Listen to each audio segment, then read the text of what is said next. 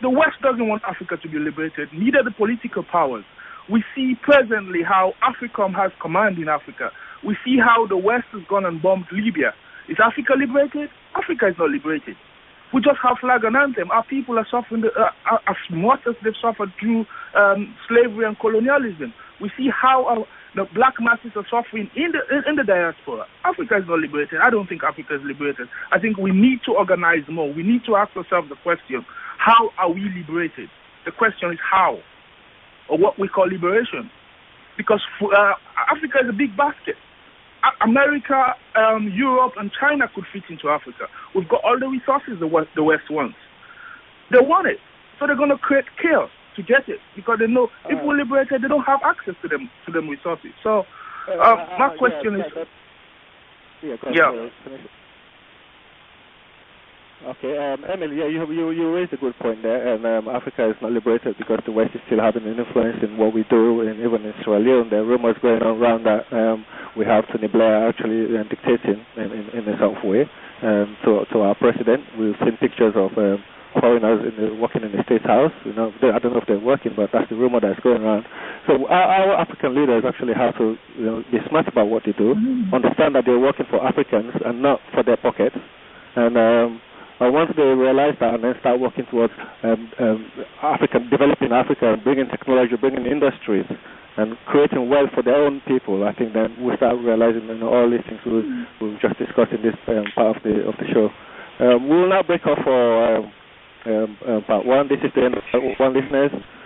You've been listening. I hope you've been enjoying the discussions in part one. We'll be back shortly for part two.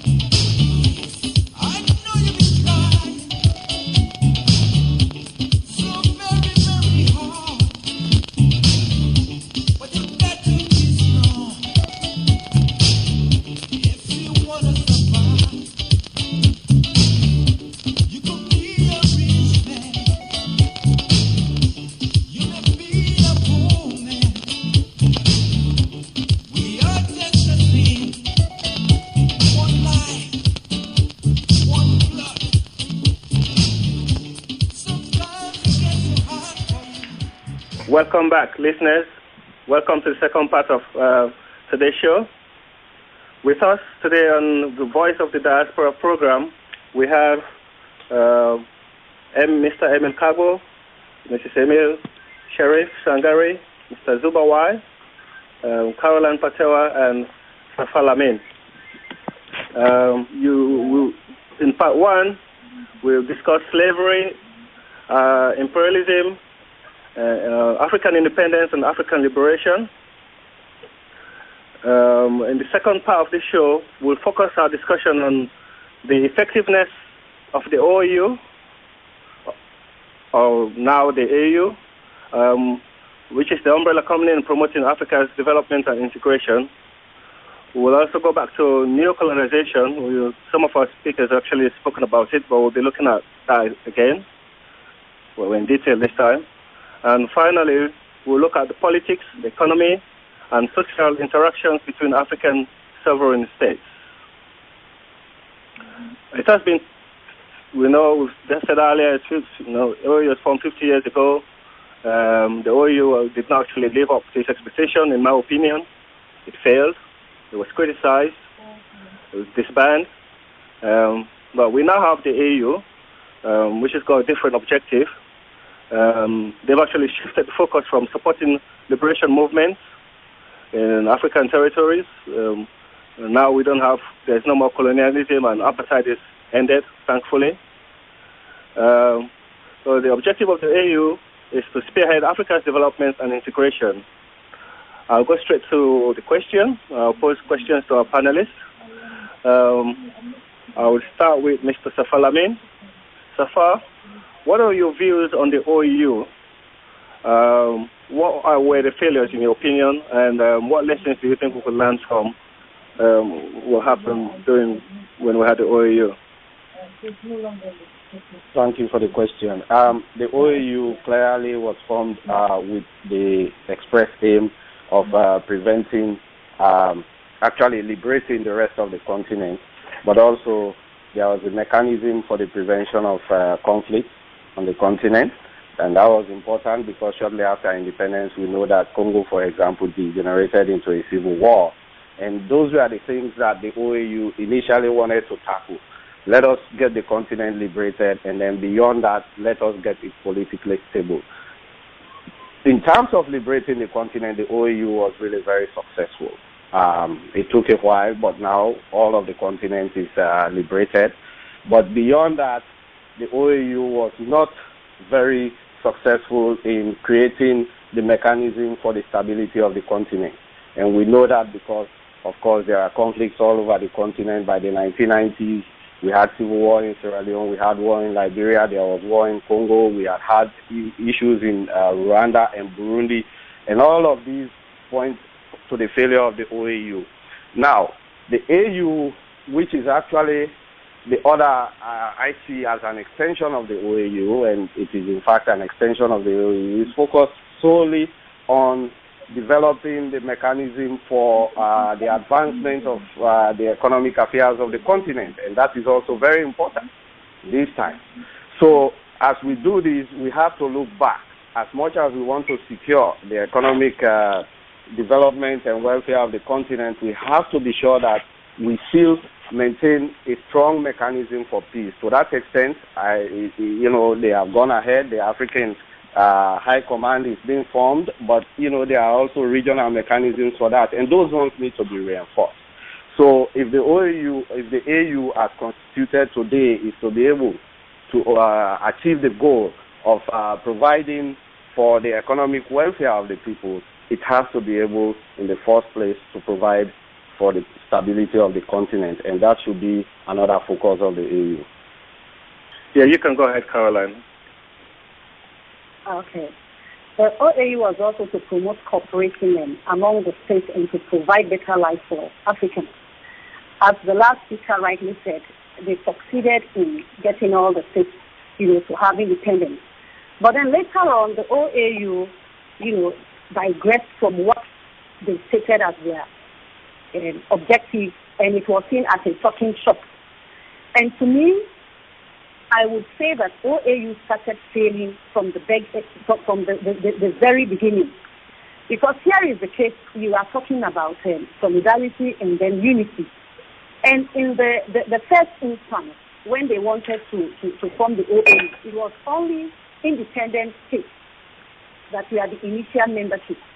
Why did they leave the other states behind? So the division started from there. And we could also see the division later on when we have the group, supporting the USSR and another group supporting the USA on the cold, ideological war that they were on. And later on we have the Monrovia group being formed by the French colonies and those supporting Kwame Nkrumah on his, pro-socialist ideas, and then Okoboani with his, how they call it, pro-capitalist group. So the OAU aim of total unity proved difficult to achieve, because there were so much division in the organization itself. I get you. Internal problems among the member states. You're right. You're right, Caroline. I agree with you actually. That when it actually all took off, they didn't have a strong foundation. And with the advent of the Cold War as well, the African leaders were, and the loyalties were split. Even we saw that in Sierra Leone, where Shaki was going to to the USSR, which actually brought about the one-party state because we were moving towards that kind of movement. Most African countries actually were in that similar plight, and most of them went to Charles, one thing, and she's right. One thing that led to that was, and this was also, the governing and reigning principle in international relations at the time. There was this principle of non-interference in the territorial affairs of states. Yes. And that was what the OAU was premised on. And leaders and dictators used that to hide behind that clause and, basically perpetuate their rule even when people did not want them. Today, we have the responsibility to protect, which the AU clearly has recognized, and I hope that they will continue to move in that direction. If they do, so much the better for the continent. But that was a major flaw. We should be careful with that. The responsibility to protect was precisely what was used to intervene in Libya. It was what was used to intervene in Ivory Coast. Emil? Yes, please, yeah. Yeah, Emil, please. I just wanted our listeners to know who was speaking. No, it was not me. I'm listening. I want to come in after the next speaker. Yeah, I was just saying that we should be careful because this is I have been referring to this new imperial movement, and the responsibility to protect has also become a way in which the West have justified their means of intervention. In Libya, that was what they used, but we knew it was regime change that was on the agenda. In Ivory Coast, in Mali, all of these. So just because the AU, the problem is China built the AU headquarters. So the problem is the AU itself as an organization cannot even, if African countries themselves can't even build the building that headquarters their organization, how do you expect that they are going to be able to solve all of these problems? Well, Zubawai, in the first place, they did in ECOWAS, and we know that the responsibility to protect was the clause that was used in ECOWAS, and it was used effectively, and today Sierra Leone and Liberia are peaceful. And I'm saying we have to be careful. Gentlemen, can I get Emil to say a word, please? Yes. I think the other speakers highlighted the limited goals that the OU had, which was the total independence of Africa from colonialism and white settler rule, and the peaceful resolution of interstate conflicts through negotiation, mediation, and conciliation, and the third, which is the great solidarity of and economic cooperation. And I think, like the speakers have all reiterated,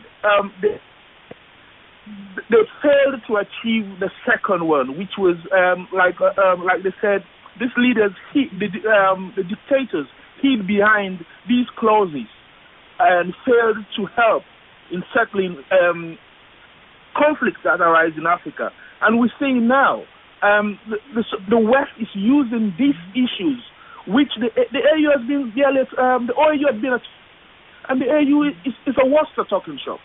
They've not been doing anything. They've been sitting by the West has bulldozed themselves and went into Libya. We saw what the French did in Ivory Coast. We saw what they've done in Mali. And we're seeing what they're doing in Congo. We're seeing proxy wars all over Africa. And the AU is just sitting there. And yes, I agree with you, all the speakers actually, in bits. But I also see America playing a hand in what happened in our country. This is personal. I don't have empirical evidence for that, but from rumors we've had and what's been going on, we know how Chancellor escaped from a prison in America.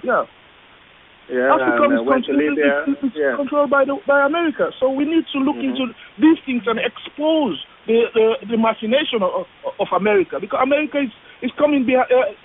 America is the big dog. The British and French, they're just on the leash because America is pushing them.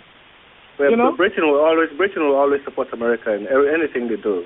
We've seen that, and they will never back off America's agenda. And they say that with pride. Britain is the 52nd state for America. We say that sometimes. I think that will lead us to our second question. Thank you, panelists, for your sharing your views in question 1, part 2. We'll now move on to the African economy. The colonial masters have all left the scene, per se. They're not really, we're not under colonization anymore. We have our political freedom. We have Africans governing African countries now. But what's happened, say, in our country, for example, in Sierra Leone, I was born at the time.